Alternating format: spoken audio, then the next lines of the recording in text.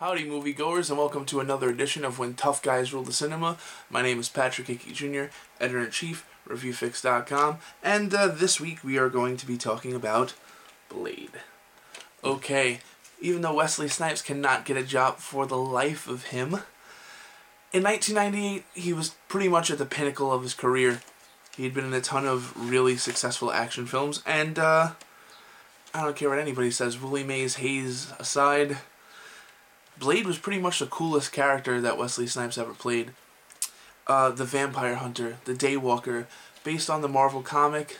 Blade is probably one of the coolest Marvel Comics movie of all time. You have Blade, played by Snipes, walking around, killing, kicking ass, speaking monosyllabically, then aided by the super cool and timeless, ageless Chris Christopherson, who is excellent as his sidekick in this film. Just offering advice, being slick, just great. It's just a great action flick that you don't have to be a fan of the comic book to really appreciate. Then on top of it, you have another guy in Steven Dorff, who isn't in a lot of flicks anymore. He's in a lot of indie movies now, but he plays the bad guy. He plays Deacon Frost, and come on. An action film based on a comic book, and then you have the villain with the cool-ass name like Deacon Frost. I mean, so Deacon is basically out to exterminate the human race. He's a vampire, and Blade, the daywalker, he's kind of half and half vampire, half human, and you have this fight that goes on, and the fighting scenes are awesome. Wesley Snipes is well-versed in martial arts, and he is awesome in this flick. He takes no shit, and you got sword play.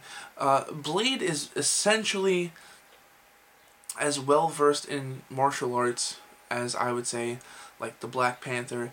He has like the utility belt or the secret weapons of someone like Batman. He's great with knives. He's great with swords. Just very, very slick. And with the help of his sidekick in Christopherson, they just come up with all these new and different and cool ways to kill vampires. And that is in full effect in this movie. You see it extremely well. And if you're not into vampire flicks, because there are obviously a lot of people that have been turned off by vampires lately with things like not True Blood. True Blood's awesome. With Twilight, and maybe some people don't like True Blood. This is something that you still have to see. The second Blade was a solid movie. Blade Trinity was pretty cool, even though Ryan Reynolds was a little too over the top, and Jessica Biel, aside from being super hot, isn't that good an actress. But Blade 1 stands tall in being, like I said, one of the best Marvel movies in a long time. Maybe one of the best ever. It's definitely up there with some of the other Marvel movies that have been solid, and it's a reason to watch action flicks, because it's smart, it's fun, and there's tons of fighting. And Wesley Snipes, again, may not be the action star that he used to be, but in 1998 he proved that he was a tough guy, and he indeed ruled the cinema.